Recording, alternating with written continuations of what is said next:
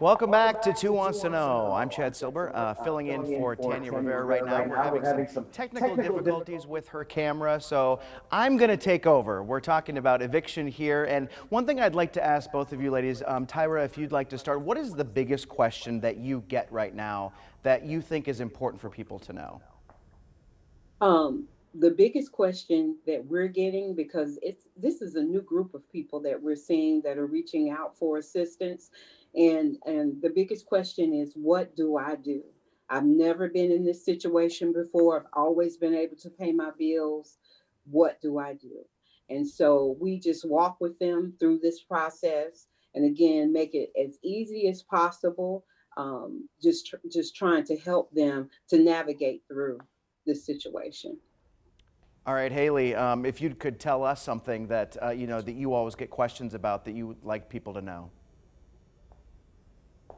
I'm going to unmute this here. Sorry, the technical difficulties continue. Haley, if you wouldn't mind telling us something that you think people should know about that you maybe get a lot of questions about.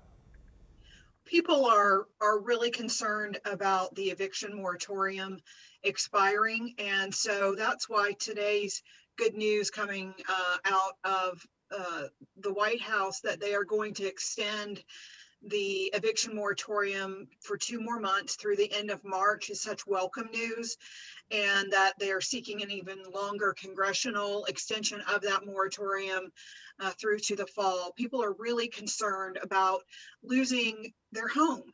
And we know that people are safest at home. That's why Governor Cooper created this program, was to keep people in their homes. So with the eviction moratorium, we hope that that's going to take a load off of people's minds as we work to assist everyone who's in our applicant pool right now. And we've been getting a lot of questions from people in Two Wants to Know, wondering, I feel like I've been evicted illegally. I feel like my landlord is, doing something that's illegal. What can you tell people who have that concern? Well, I would encourage them to reach out to legal aid and see what their legal options are. That really is a legal matter. And, just because you are protected from being evicted from non-payment of rent under the eviction moratorium, that does not stop you from being evicted for other reasons that you might be violating your lease with, or that your landlord may be saying you have violated. So we strongly recommend that folks reach out to legal aid or other types of legal assistance that may be available to them. People who live out in the Western counties, Bisca Legal Services is another nonprofit law firm that assists people when they're in this situation. A lot of people, have applied for the HOPE grant money.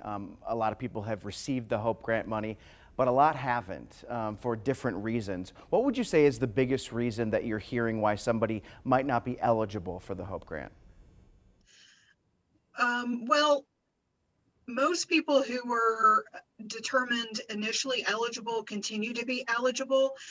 One of the reasons why someone might become ineligible is if they have gotten resources from another source to pay that back rent or that utility that's behind. If they have, somehow managed to pull that together through family resources or getting a loan or whatever, then they wouldn't be eligible. It's really only people with an unmet need that we can assist.